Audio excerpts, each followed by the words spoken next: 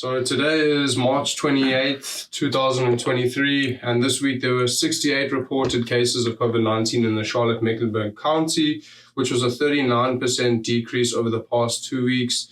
Therefore, each of us have decided that we are comfortable to not be wearing masks. My name is Campbell van Rooyen. I'm a white South African, and I'm currently wearing a cap.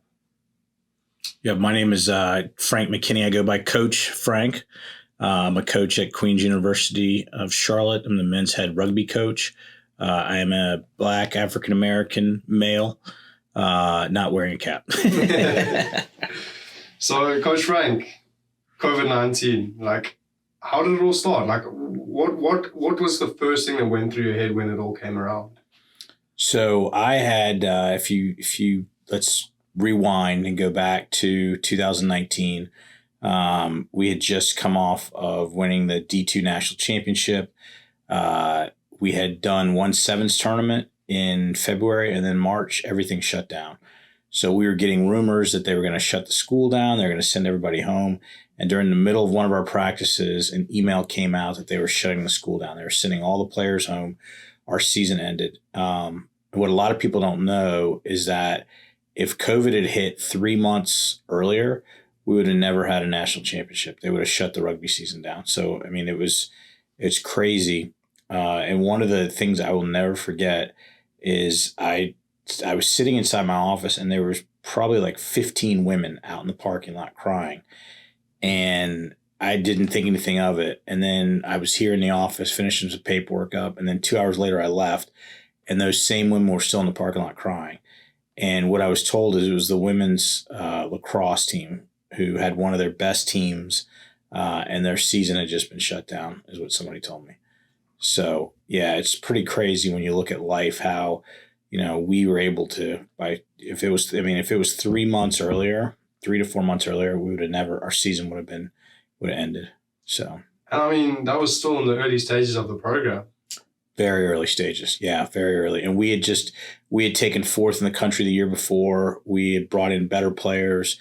We were stacked in terms of a team. We were pretty confident. So, yeah, that would have definitely derailed us. We would have probably had to come back the next year, which you don't know. I mean, we would have lost some seniors. I mean, there was a lot of different things that would have happened. And so how did you address the team? How did you bring up the subject of, hey, you guys are all going home? How did that work? Yeah, so fortunately they were filming a movie at the time, so there's some pictures of this. But we called a meeting. We had announced it at practice because an email came in. I read the email.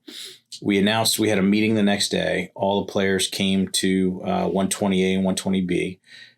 We had them all sit down, and we told them that the school was shutting down. They were sending everybody home.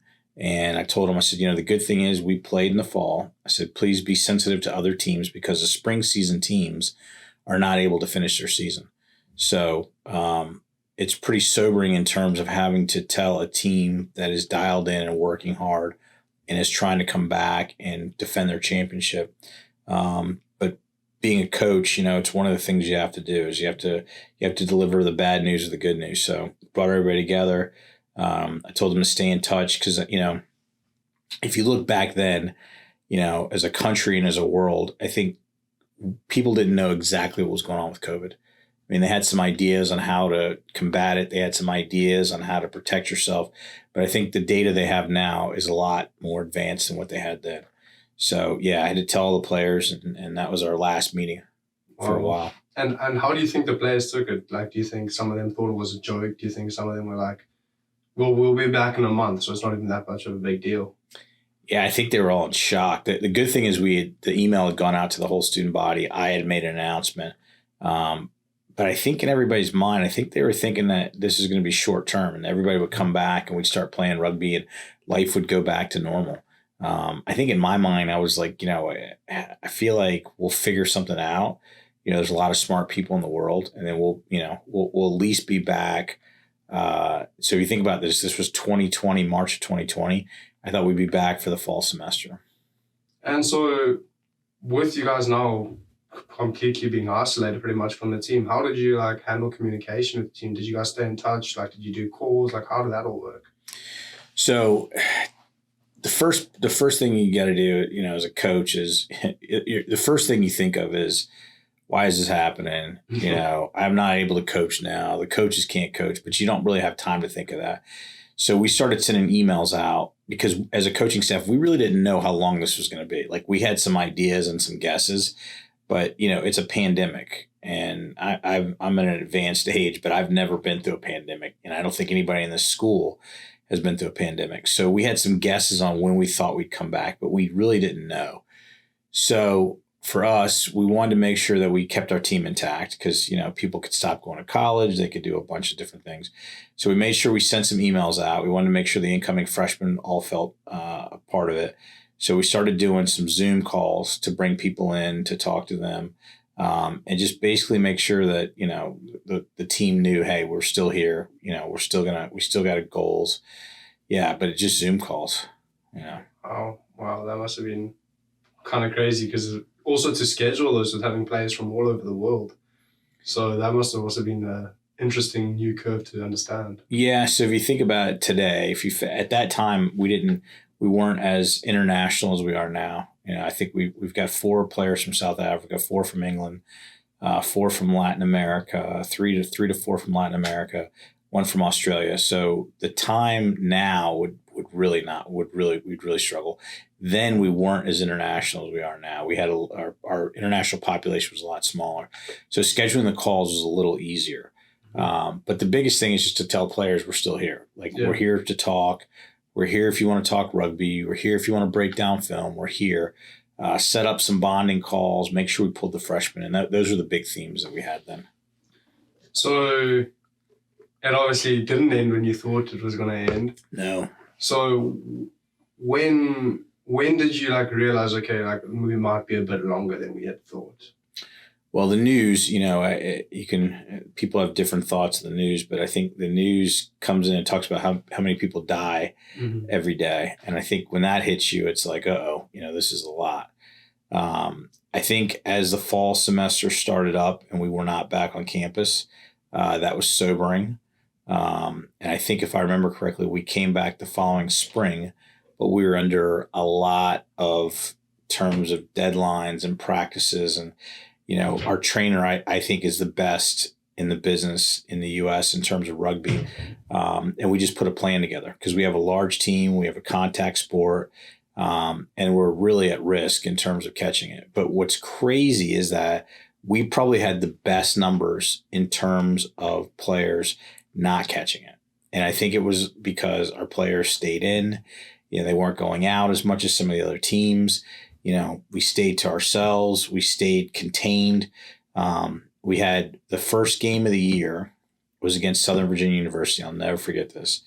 You know, one of our players we suspended him. He came back and he worked at a restaurant and he popped positive for COVID. And that shut us down.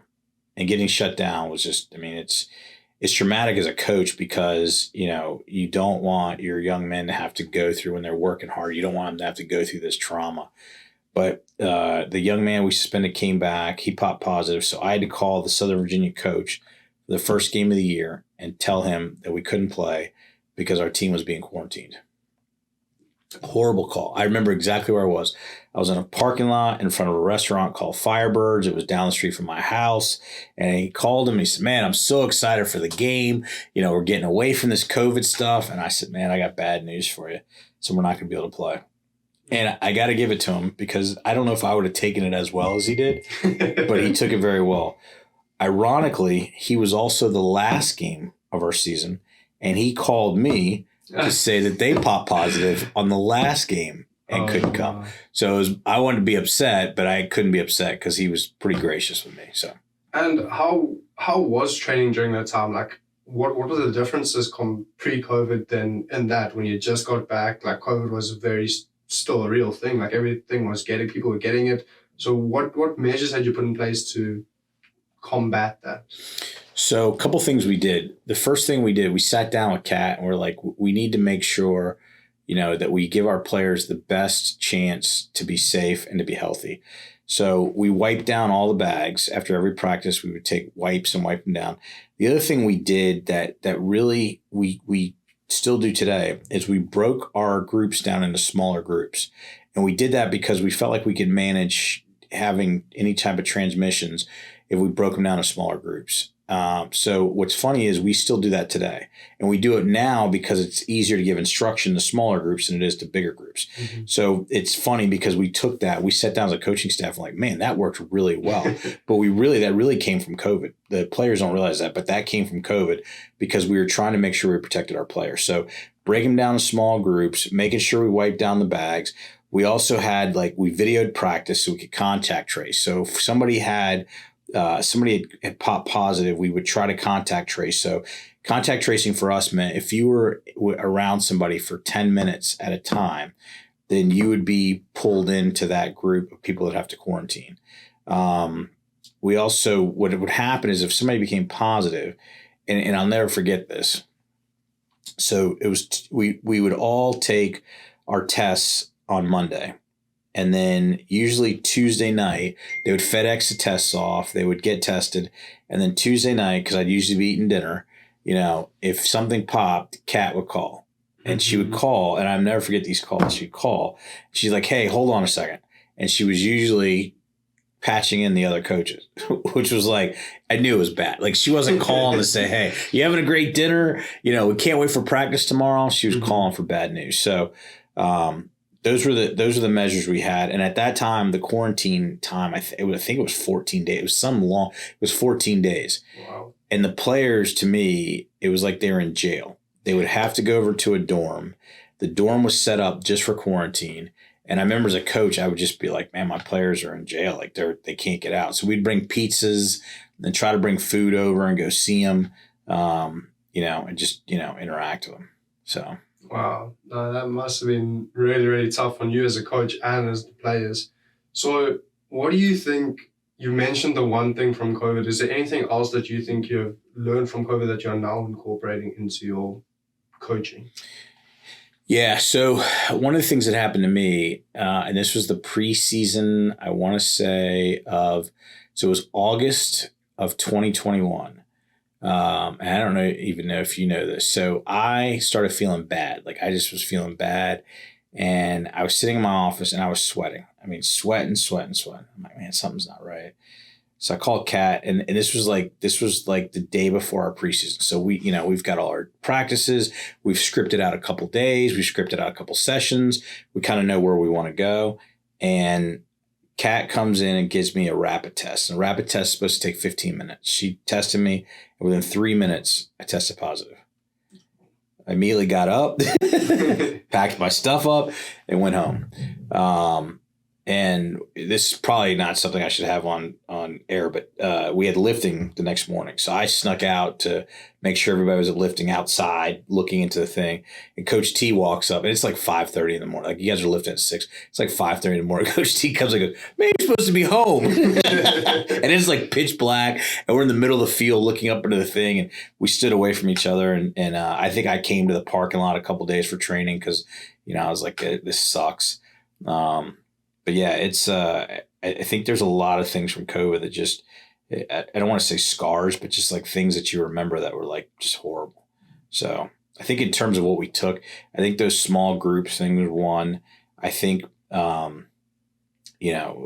think that's the big thing. That's the one thing we took that I think was really good in changing how we coach and how we run sessions. And do you think that you have seen a difference in freshmen from pre-COVID, freshmen on the middle of COVID when you're still like online and not at school, than the freshmen who are there now, who are been through COVID but maybe not at a university level? Have you noticed a bit of a difference in the people? I don't know if I've noticed a difference, but what I did notice is that I feel like our program actually got better because of COVID, where a lot of programs got worse. And the reason why is that the school brought us back. We were able to play, and then we kept increasing our roster with better players and size, and we worked through that time. So I think some teams, if you noticed, really struggled during COVID because players stopped playing, schools didn't have them back, schools wouldn't let people practice. And I think the school, I think sometimes a lot of people think the school is pretty liberal in terms of, how they look at COVID, which liberal usually means they're gonna be stricter. But I think one of the things the school did that was really positive is we were an outside sport. They let us practice. They let us get out there and get better. And I think that really helped us over the years because I think we continued to grow and increase where I think there's a lot of programs that really struggled. So do you just want to tell the people who are going to be watching this interview of how you've actually worked through this program and how you started that program? Because I think that is an amazing story. Yeah. So so to go all the way back, I was a high school coach, and then I coached college down in Charleston, South Carolina. And Katie Wurst, who was the women's coach, recommended two people, myself and she. I probably can say the person is Brendan Keene, who's actually the Pathways guy who runs a lot of the junior U18, U20, U23 national teams. And they called both of us, and then we ended up getting an interview, and they hired me. I want to say it was March 3rd of 2019. So we just celebrated 6 years. And I immediately had a tournament the next weekend. I went out to recruit. I didn't have business cards. I still have a picture of that. And the first year we put 15 players together. So from March until August, I brought in 15 players, and 4 were wrestlers that had no idea how to play rugby. And that was the start of our program. Coach T had been one of my all-star coaches. I ran the all-star programs for the state, and I borrowed some equipment from him. He goes, "Hey, do you need me to come out and help coach forwards?" And I said, "Nah, I think I'm fine." And I was out there, and guys are trying to run backs plays, and guys are trying to run scrums and lineouts. So I was like, "Hey, why don't you come out?" And this was like in August. And he's been here ever since. He's been here 5.5 years. So, that's how we started. And then then the second year, we went to the Final Four for Division II, which was really crazy. It was probably the best year of coaching we've had because we didn't have the best players, but we had the best players, but they wanted to play. And we took third in the conference. We had a play-in game down in Furman. We won at Furman, and then we beat Norwich, which Norwich was always a top 4 player in Division II, top 4 team. And then we lost to University of Wisconsin Whitewater in the semifinals. And then we lost to ICCC in the 3rd and 4th place game. So we took 4th in the country. But it was great because everybody in the team were freshmen and sophomores. Mm-hmm. So it was almost playing with house money because I knew we were going to be back. And the players were crying in the locker room, and they're all sad. And I said, "What are you guys crying for? Like, we're freshmen and sophomores. The only senior, this is sad, was Lebo. Mm-hmm. Lebo was the only senior." And I said, "But we're going to be back." Mm-hmm. So the next year we came back with a vengeance, and we won the semifinals by 50 plus. We won the finals by 50 plus. And then they kicked us out of Division II. Now, do you...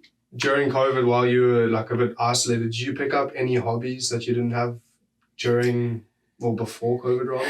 Yeah, so something a lot of people don't know about me. I love the water. Love. I have a pool. One of my best friends has a boat. So I spent a lot of time on the water. I spent a lot of time in my backyard. I spent a lot of time out with him on the boat. And that really got my mind off of things being closed, me not being able to coach. And I think the big thing that always worried me is the uncertainty, right? Are we going to have a season? Are we going to have a team that's, if they shut us down for a year, are those players going to want to come back? Are the new players going to want to come? So that really helped me, that helped me with the uncertainty of being on the water. I'm a huge water guy. I was on a swim team when I was younger. So I was either at my pool or on my buddy's boat. Just really getting out and just taking my mind off of everything with COVID, having to do with COVID. And obviously with COVID, you weren't able to see many people. How did you handle that situation when it came to like your parents? I'm sure like that must have been a tough time. Yeah. So my parents are, they're in their 70s. They're actually very healthy. They work out like 4 to 5 days a week. But I wanted to be sensitive in terms of seeing them because I didn't want them to get sick and then, something happens because of me. So I went home. I made sure I was tested before I went home. I wore a mask around them. They wore masks. And I didn't want them to get sick, and then I would also, if I was coaching, when we came back, I'd go out to dinner to pick up takeout. I'd have a mask on. And I remember a guy saying to me, what do you have a mask on? That doesn't work. And I never forget, I looked at him, I said, man, if I catch COVID, my whole team gets shut down. He was like, whoa. He was like, but that's really how it was. So yeah, in terms of my parents, just being extra careful, mask, COVID tested, if they came to visit me, making sure the house is, wiped down and I'm COVID tested, mask, the whole 9 yards. So. Is there anything you would like tell your younger self pre-COVID, knowing what you know now? Yeah, I think, and this is, as a coach, you always want to be this, the leader. But I think I had times of like, it's just the uncertainty, right? Mm-hmm. And worrying that the team's going to get shut down. I think what I know now, I would have told myself then, like, hey, uncertainty, the best captains, right, they don't become great captains because of calm waters. They be the best captains because of rough seas. So I think I would have told myself that I'm going to become a better coach through this whole process, because I don't think I saw that. I think what I saw is, man, we're going to get shut down. Players are going to be in this dorm, all the bad things. But I think it made me a better coach. I think it made us tighter as a team. It made the coaching staff and the trainer, it made us tighter. So I think if there's anything I got to tell myself is get through rough waters. I mean, this is going to be rough waters. Just get through it. Is there anything you can see that's like in the players now that COVID has come? Like, do you find that they're a bit more talkative, they're a bit more quiet? Like, what is the difference between players you'd had that hadn't gone through COVID versus the players that are now going through COVID? I think the players that went through COVID together, I think, are tighter. Because I think we all knew it was going to be a fight, and there were some things I couldn't do. Like, I feel like as a coach, there's a lot of times I can help people, I can help players when they get into a situation, but I mean, it was all based on what the school's rules were. So I think the players that went through COVID became tighter, and I think the players that didn't have to deal with COVID, like, they didn't see that. They didn't have to get stuck in a dorm for 14 days. They didn't have to get COVID tested every Monday. They didn't have to wait for the results to come back. They didn't have to have a game canceled like the week before the game. I mean, as a player, like, if you have a game canceled the week before, like it's a Wednesday, and Kat, our trainer, is calling me and saying, hey, the game's canceled. As a coach, I got to call the other coach. The players now all of a sudden have been training and watching film and getting ready, and now they can't play. Mm-hmm. So I think the guys that went through it, I think, became tougher, and I think they became tighter. And I've heard from other coaches that they found that some of their players struggled with academics during this time. Did you have that same struggle? We did. I think we have a player that's not with us today because he struggled to learn on his own. Because classes became online as opposed to going in person. And we lost that player. And he was actually good academically. He just couldn't learn on his own. So I fully think if he was here in a classroom, he would have done a lot better. So we lost some players because of that, because of the academic side. But I think, again, though, I think the tougher players became tougher mentally because they realized they had to still get their work done. So I think we lost some. I think you're going to have attrition in a scenario like that. But I really feel like the tougher players got tougher over the whole thing. As we come towards like the end of our interview, is there anything that you would like to discuss, or anything that you'd like to carry on talking about? Yeah, I think something I don't really talk about is the mental health side of being a coach when you go through COVID. I mean, it's I talked to Kat a little bit and said, I may have to go talk to somebody. And it's like, you don't think of it because the coach has got to be this strong guy. But every week you're waiting for your phone to call. You're waiting for a phone call to say you're down for 14 days, which takes, you got to tell the players, you got to call the coach. The players have to go in quarantine. The parents are going to call you asking you what's going on. And it's like, for me, we're set up to coach and go out and play games. Mm-hmm. We're not set up to coach.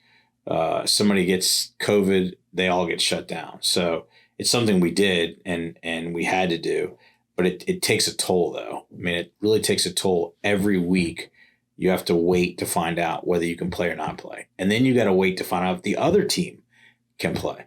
Because if the other team can't play, you have to cancel the game still. Yeah. And even though your guys aren't quarantined, players want to play, coaches want to coach. And that's how you get, that's what your week is set up. It's like train, play, train, play. Now you're saying train, don't play, train, I don't know if we're going to play. And that's a different thing to think about. So I think I was fine through all of it, but there were definitely times I'd go home and just be like, man, what's going to happen next week? So I think it made all of us tougher, though. It made the coaching staff tougher, the training staff tougher, the players that went through it tougher. But, yeah, I think mentally, though, it definitely wore on me. Okay. Well, thank you so much for the time. I really appreciate it. Yeah, thank you. Yeah, thank you. Yeah.